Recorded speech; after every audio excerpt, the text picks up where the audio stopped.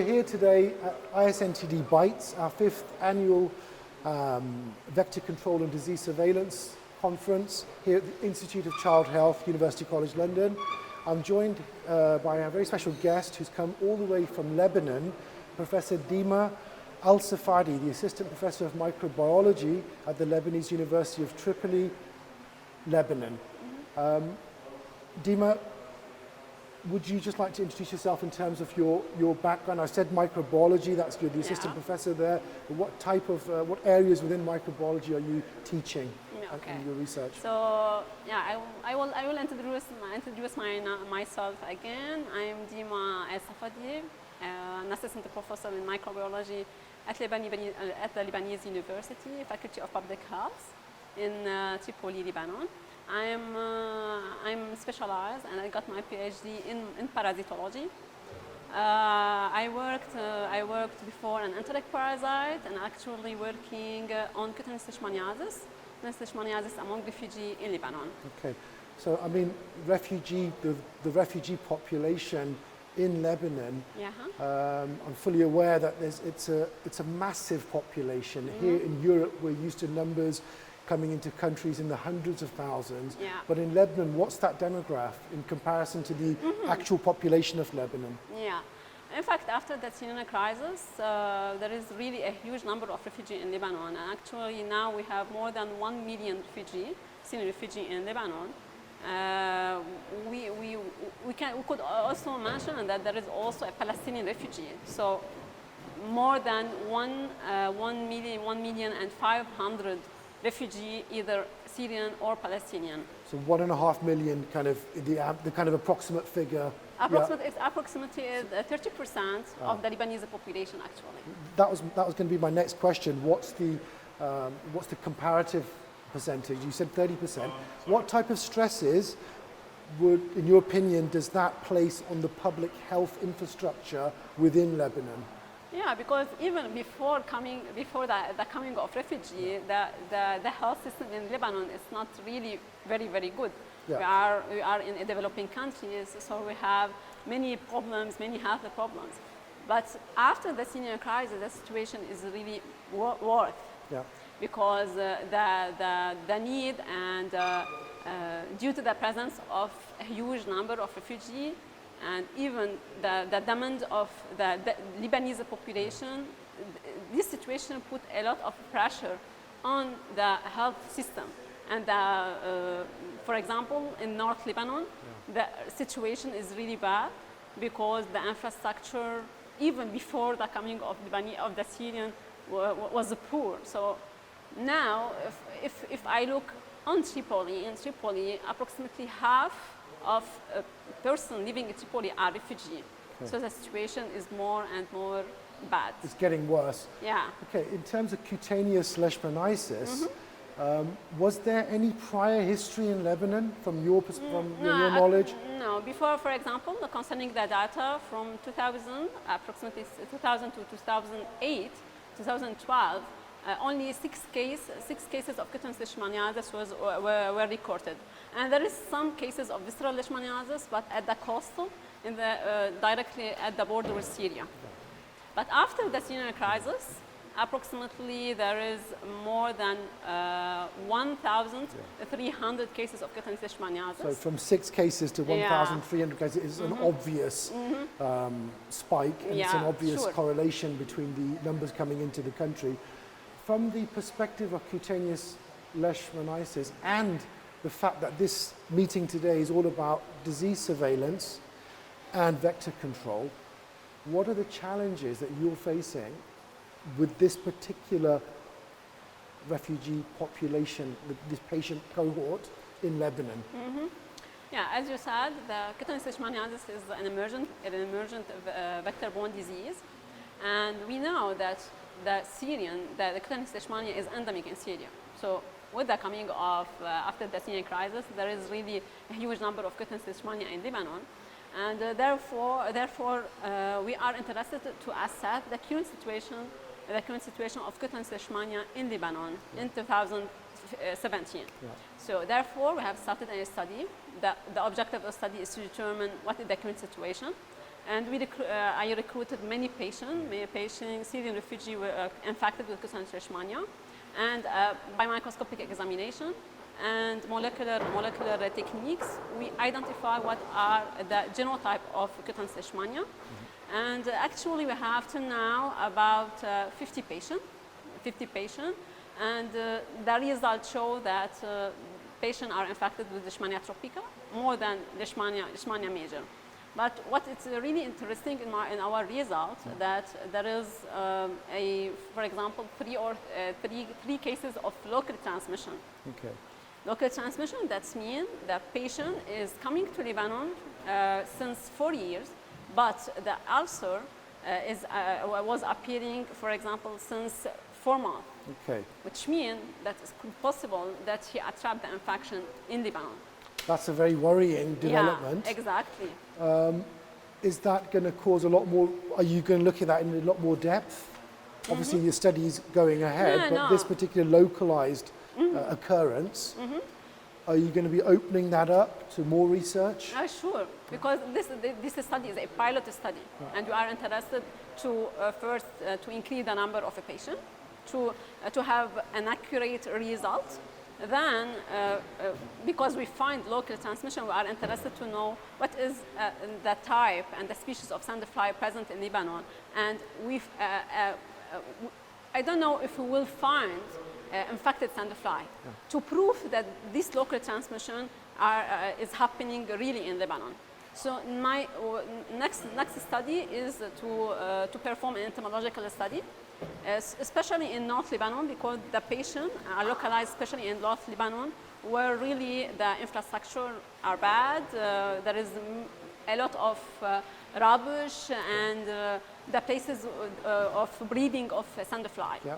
Yeah. So making the assumption that you've got a mixture of disciplines at play, field isolate studies to give you the PCR that you need, the feed into the PCR that you need. From the patient side, entomology in terms of the vector distribution, vector kind of, ecology. Yeah. What type of collaborations, and I'm making a further assumption that any forward research will be done through collaboration and partnership. Today is all about collaboration and partnership. Yeah. You've heard a lot you've got the Natural History Museum people here from their entomology division, all sorts of people. What type of collaboration and partnership message would you like to put out to our global audience in terms of potential partners for this work, this critical work, this crucial work in Lebanon? Yeah, actually the first study is realized with the Liverpool School of Tropical Medicine with Dr. Alvaro Acosta Serrano, that he is working in the Department of Parasitology. And yeah, sure, the project needs a huge number of collaboration because the objectives are very interesting. And the obtained result is not only for the refugee coming from Syria, because the refugees are now also present in Europe. So the result is not only concerning at national level, but it's also international level.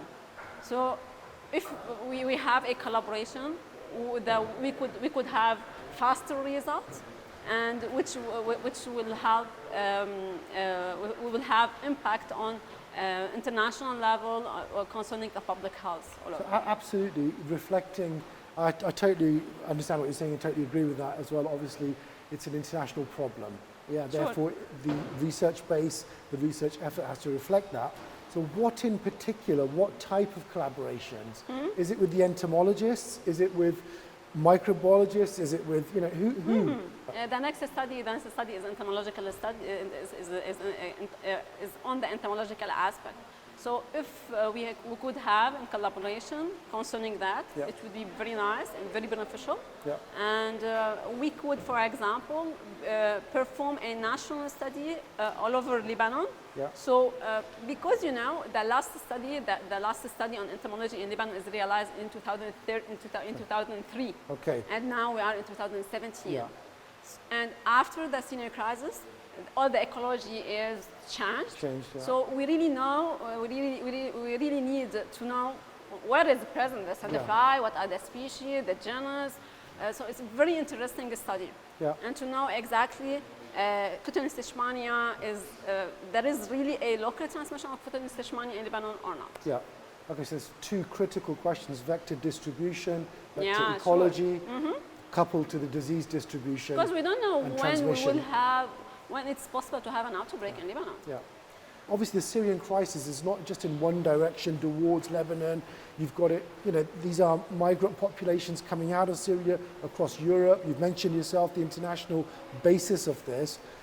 So is the disease surveillance component that we're talking about, is this something that needs regional guidance? Is there regional guidance on this? Or is it country by country? I think it's country by country. Okay. It's really country by country. I don't think so that there is really a collaboration between Syria, Lebanon, Jordan. I don't think so. And there's a need for it. There's definitely a need for it. So yeah, sure, we need it because the infectious disease hasn't border. Yeah. So it's very interesting to have a collaboration between university, between research center, between different countries. We need to face together infectious disease. So we need to come together regionally as well as internationally to address this problem. From a microbiology perspective, we talked about assessing the infected state of the population of migrants. What other aspects are you exploring with your research? Yeah. So our first study was the characteristic of genotype of cutaneous leishmania. The second study is entomological study to know where the sandfly are present and what are the species of sandfly. The third study we are trying to implement novel serological diagnosis among refugees, which is very interesting to know. For example, if the kit concerning the alpha-gal of Leishmania major and Leishmania tropica are working in case of refugee setting. Okay. And we're working also on social stigma, because when we make interview with the patient, apparently and obviously the social stigma is really, really very high, because the SARS of cutaneous leishmania are especially present on faces or on the hands. And in my preliminary result, that more than 70% of the patients are children. So you could see directly the impact of the disease concerning the personality. The children become more aggressive. They don't want to go to school. They don't want to do nothing in life. And this is very dangerous. Well, it's a very interesting point you've raised, because we often talk about research capacity building from a research perspective, but also the engagement at patient engagement level is as vital in terms of driving this type of research forward. So on that basis, do you have plans to involve patient groups? I know language is not a barrier because it's Arabic and Arabic, but from a refugee to a into that cohort, how are you going to engage them? In fact, each patient, for example, come to me and she has cutaneous leishmania. I just ask him that I need to ask some personal question, and if he accepts, he's recruited in that study. If not, okay, I will recruit other patient. And in the study, we will take two groups. The first group is the patient who has active lesion, and the second group is a person who has SARS. Okay. So he has infected, and the lesion is healed, but we will see that the social stigma, even for the patient who was infected with cutaneous leishmania. And I think it's very interesting because in the refugee, we are interested to know that double embedment to have a refugee and cutaneous leishmania. And there is, for example, in the questionnaire, there is a question which I found very interesting. If you feel, for example, I asked the patient, you feel depression from the war or from cutaneous leishmania, from the lesion? And for example, somebody, it's not only somebody, a huge number tell me from the lesion and not from the war. Oh dear, which is really mean how much the social stigma and how important to treat and to follow patient, because there is a problem that the refugee or the person infected, came late to take a treatment. Yeah. So they have a big size of lesion. Yeah. And the person who have big size of lesion, they have more probability to have secondary infection. So it will develop a SARS. Even if he treated, they will have SARS. Okay, that's very interesting. That's very interesting. What form does this social stigma take within this cohort? Because you see in places like in other disease settings, leprosy as an example, they are shunned by their, let's say, village or their hamlet where they're staying. Lymphatic filariasis as well. They're not in. They go into withdrawal, and they isolate themselves because of the sense of shame or fear, or because the same. We see that. Is it the same? Is there a parallel? The same. For example, persons become more isolated. The family visit are really very, very strict. And something interesting, for example, the contact with the Lebanese population is also so restricted. So restricted because the Lebanese population don't know really cutaneous leishmania because we haven't cutaneous leishmania before in Lebanon. So when they say the lesion, directly, what is this? Maybe it's contagious, and therefore they distance themselves. Yeah, exactly. For example, they don't accept to get a work. They don't. He can't get a job.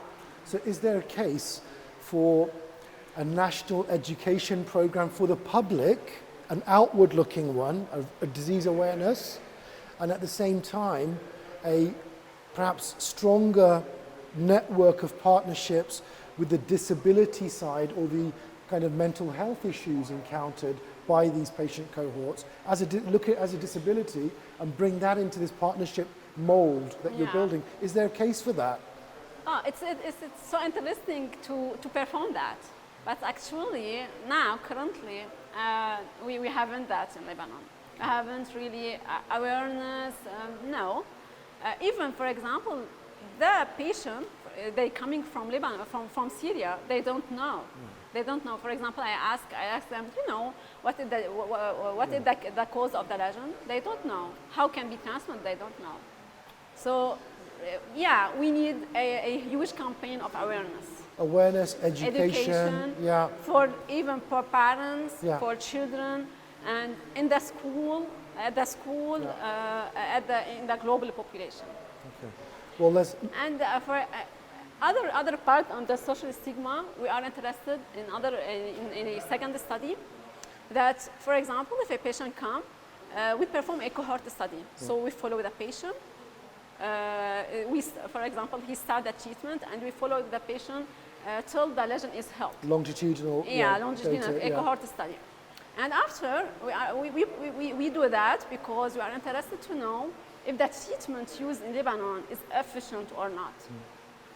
Because the only treatment used is the glycanthine, and the glycanthine is a toxic and very painful treatment. And we are interested to know, and the patient, they are infected with Leishmania tropica and Leishmania major, but mainly in Leishmania tropica. And it's known in the articles that Leishmania tropica is really difficult to be treated with the glycanthine. And therefore, we follow the patient to know how much time it take to get healed. And in case, and for each patient, we take an aspiration, and we culture the parasite. We will culture the parasite to know after we perform, we infect a macrophage by the parasite, and we do a test of susceptibility of treatment in vitro to know if there is a resistant isolate or not. It's very interesting because, for example, if we find that Leishmania tropica is not healed with the glycanthine, or it takes really a long time to get healed. So we are obligated, if the glycanthine doesn't work for Leishmania tropica, we need to use other treatment for this species especially. Okay, I suppose it's gravitating towards the need for a vaccine. Everyone talks about the magic vaccine. So. And the project really is big, so we really need grants, we need funds to perform, because really it's a project with different aspects, and all this aspects is very interesting to know. Yeah. Because now the studies realized in Lebanon concerning leishmania are very, very rare. Okay. Well, your contact details are there, and any viewer wanting to get in touch regarding this, feel free to either use that or come through us in terms of our contact. We'll more than certainly forward that on. Okay. Professor El Safadi, thank you very, very much for making the long journey over from Lebanon to London for the conference. And thank you very much on behalf of the ISNTD for taking the time out to be interviewed. Thank you. Wish you every success with your work. Thank you so much.